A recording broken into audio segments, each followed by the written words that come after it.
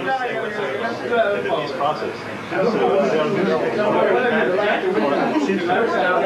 peace is better for them. America has conquered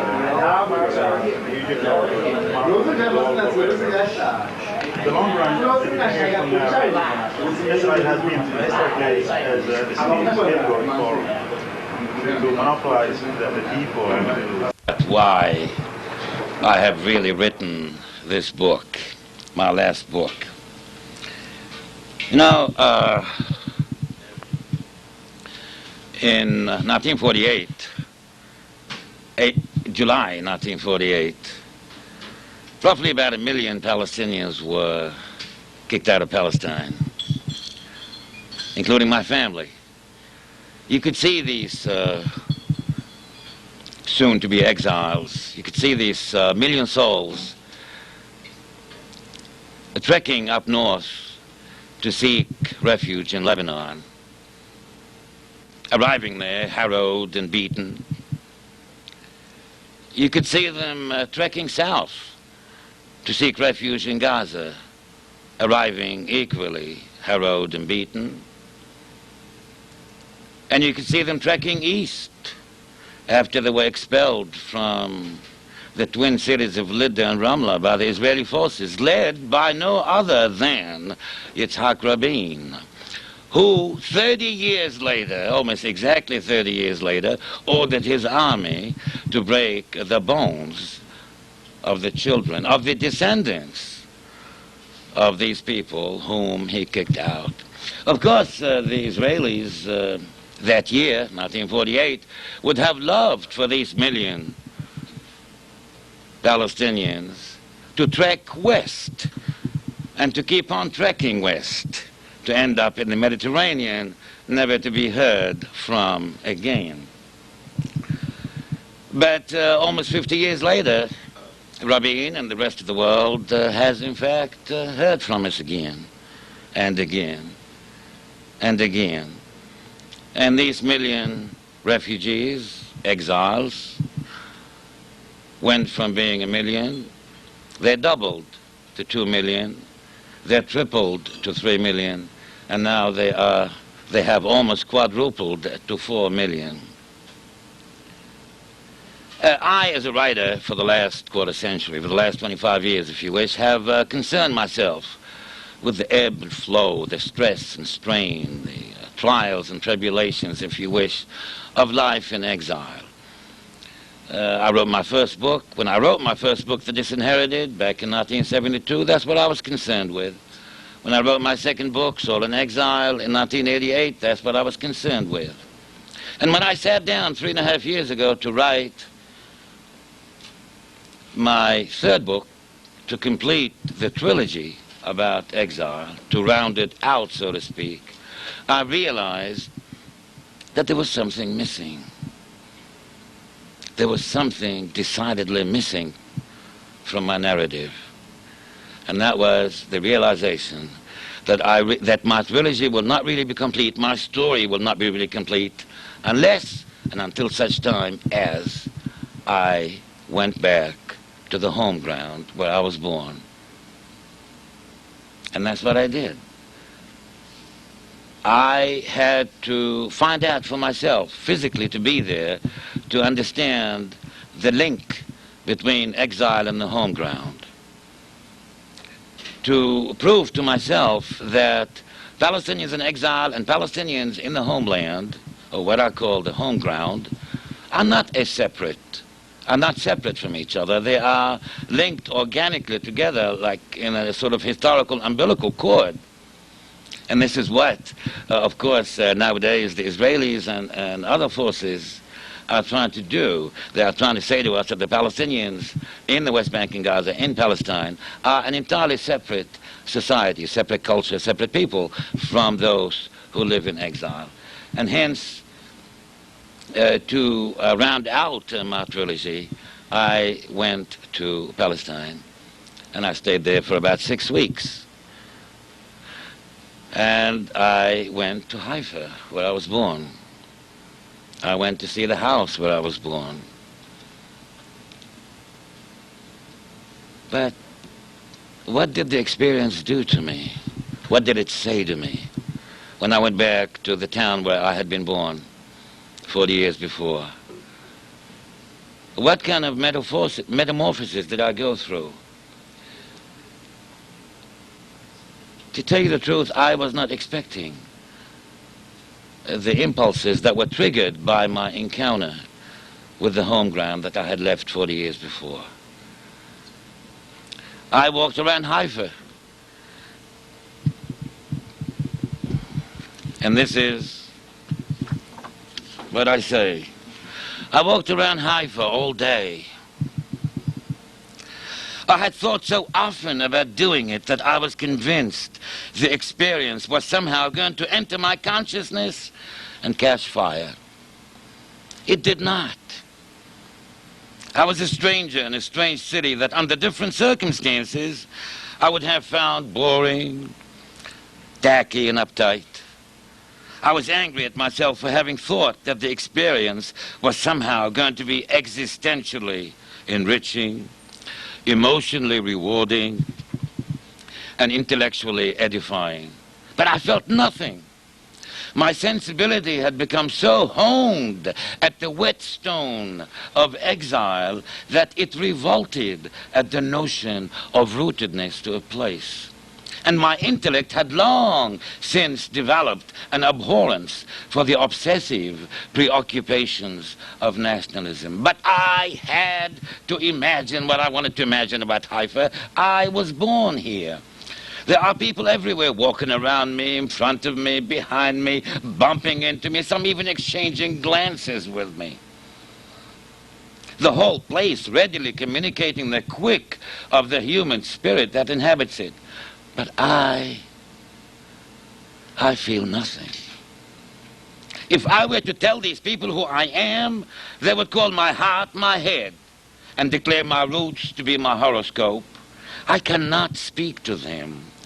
I cannot drag the ocean, holding it by the scruff of its neck, to the house of our past. I cannot tell these people how my very breath has bound me to this land, this sea, this morning.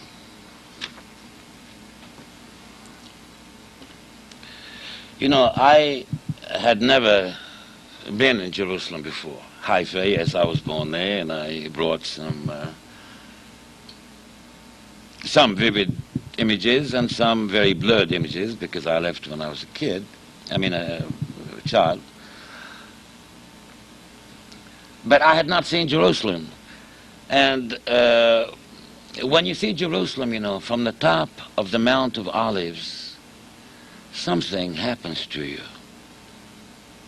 There is no other city like it when you see it from the top of Mount Olives. And that's what I did. When I first saw Jerusalem, the whole of Jerusalem, from the top of the Mount of Olives, I had to clap my hand to my mouth, almost gasping at the sight.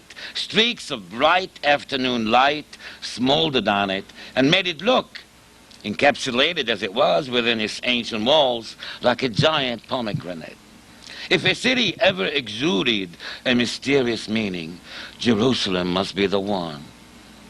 For contemplating the city from the Mount of Olives, I feel that my senses are host to something more beautiful than beauty. The force of the obvious hits you. Jerusalem is the way it is because it is Jerusalem. We cannot, should not ask, what is Jerusalem like, or what is like Jerusalem? That is because the core of our identity as Muslims, Christians, and Jews was apprehended here. We are because it is. Our God may have created himself through that cosmic scream known as the Big Bang. But we created ourselves right here through the fiat of religion. When there was nothingness and void in their lives, Muslims, Christians, and Jews came here to define themselves, to affirm that there is being and substance and word. But self-definition and affirmation are acts of rage and repossession. And that is why Jerusalem became a site of endless violence. There is animate logic in calling this land the Holy Land, and nothing else. To call it a nation, a state, a country is like debasing a rose by using its botanical name.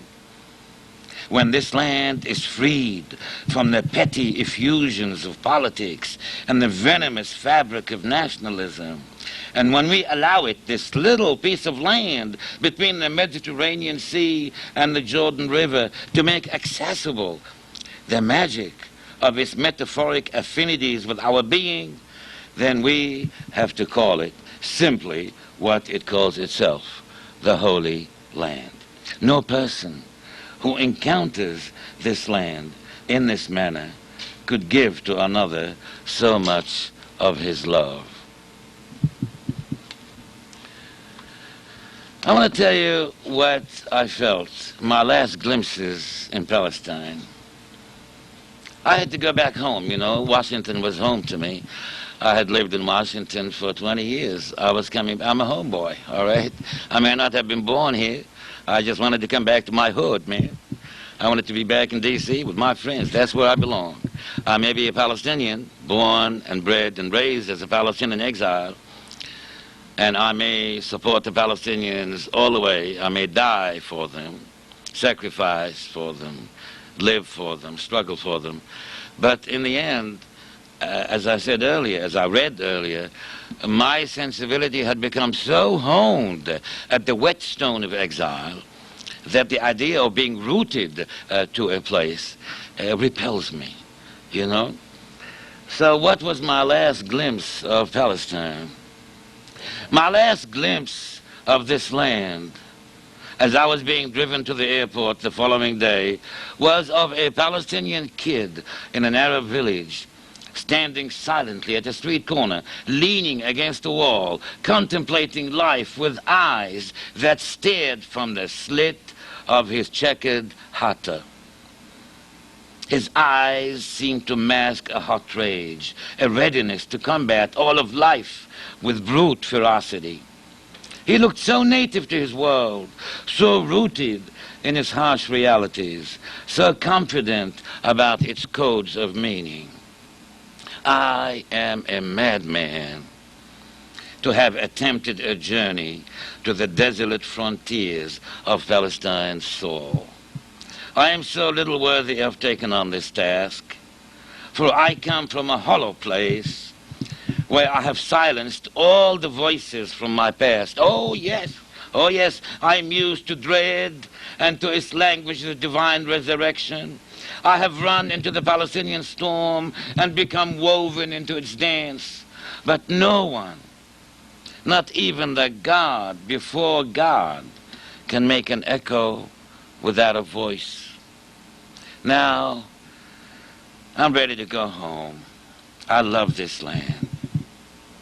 Everything about it, like a beautiful tree visible from all directions, bristles with conjecture about life. I love it the way it wants to be loved, in a holy way. But I'm also wary of it. I am tired of its people's shadows, its people's plaints, its people's darkness. I am tired of the way they have debased it by their fighting. I have better things to do than concern myself with the trivia of nationalism. I have to look, before I die, for one last land behind the mountains, even if the search should lead, as perhaps it may, to Desolation Row. My people are everywhere, because they come from everywhere. I don't want to kill anybody's soul. I am, in the end, who everyone else is. You know, my struggle in exile, the struggle for self-definition and meaning, is always, in my book here, embodied in what I call the search for the land behind the mountains. In other words, when I find a new land, i.e. a new idea, a new vision, a new metaphor, a new idiom, fine, then I feel that I have to go beyond that to look for yet another land behind the mountains, to grow, to develop, transform as a human being. But I am not just a Palestinian. I am an infinite number of subsystems that make up my human system. I'm a Palestinian, fine, but I'm a human being. I'm a man. I'm a writer. I'm a poet. I'm a working man. I'm a taxpayer. I'm a bullshit artist, whatever you want to call me. I am all of these things and many, many more.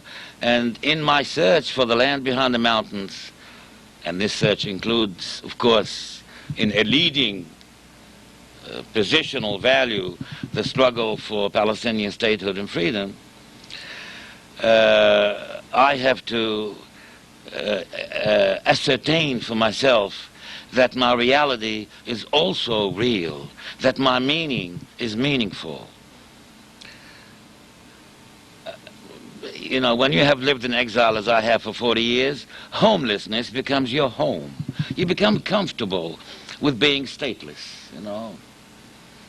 It's like it's part of you grow up with it like you grow up with your skin. You know what I'm saying? So in the epilogue, I have written an epilogue here. I'm reading the last page in my book. I ask myself, what do I want to do? I mean, if there's a Palestinian state, do I really want to go back? I mean, the idea of Palestinian statehood is very important to me, but is it important for me to go back to continue the struggle, you know? And I say, 45 years of exile are homeland enough. Anywhere where one is free to watch one's favorite movies, reread one's favorite classics, listen to one's favorite music, support one's favorite unpopular causes, and above all, do one's work without fear of retribution, is homeland enough. I need not live in Nablus or Jericho or Gaza. I could live anywhere. I am with my people, those from any part of the world with whom I share a commonality of values and a certain way of life. Paris, Sydney, or New York will do, especially New York, because New Yorkers are like Palestinians in many ways. They too are born of tragedy. Their ancestors landed at Ellis Island after escaping a Tsar who claimed to love them, a brother struggler who had anointed himself head of the national family, a tyrant who did not like their ethnic roots, a colonial oppressor who robbed them of their potatoes and couldn't care less about their famine. And there are other New Yorkers whose ancestors did not land on Plymouth Rock. Instead, as Malcolm X put it, Plymouth Rock landed on them. Like Palestinians, New Yorkers are a little mad, a little lonely, a little disgruntled. They live with no regard for the concerns of the rest of the planet, and stare with murder in their eye if you dare to suggest that there's any place better than where they come from. And I need not die in Haifa, Safed, or Jaffa. Washington will do. I have lived here longer than in any other part of the world. Nor, when I am dust and forgotten, should it be of any consequence to anyone where my remains are buried. Still, even to a hardened exile like myself, the emergence of a Palestinian state touches some covert longings in my soul. It will, in any case, compel me to rename myself. Palestinians in the home ground will laugh at those who continue to Palestinians in the home ground will laugh at those who continue to ascribe to their name attributes that predate the new Palestine. Henceforth, a Palestinian becomes what he is because he lives in Palestine. Believe us, they will say, we built a state because of our need for a safe haven. not for love of nationalism. Come over here and live with us. We will turn our soul's concern in your direction. بتدير بالنا عليك يعني. May the Lord pour acid on your exile and destroy all the homes you built in it. Come, come. This idea of a state is too fantastic. A Palestinian state? Surely this is the stuff of which dreams are made. I can see myself 10 years from now succumbing to the fantasy. In this dream, I fly to Palestine. My plane lands at Jericho Airport. I am traveling light. Some clothes, some notebooks, and a toothbrush. There is no need to bring anything else. This is a modern country, and I can buy everything I need here. I walk to immigration and stand in line. Outside, the sun, as usual, shines brightly. Awaiting me is a life among the olive trees in a town by the River Jordan. The official greets me effusively and asks how I feel. I tell him I feel great, and it is the truth. He stamps my passport and says, "Welcome to Palestine." As I walk out of the airport, I repeat the name to myself. I want to test the sound of it, to make sure it is real. I repeat it once, twice, thrice, then utter it as if in babble, like an infant who had not yet mastered words. I hop in a cab, and I'm driven along a paved road, hugging the river. The cabbie tells me the road was completed just 4 years before, after the PLO lost the vote in a democratically contested election.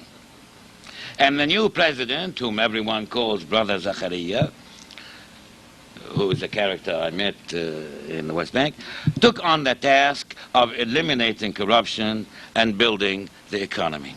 The taxi driver turns on his car radio, and I hear Palestinian folk music.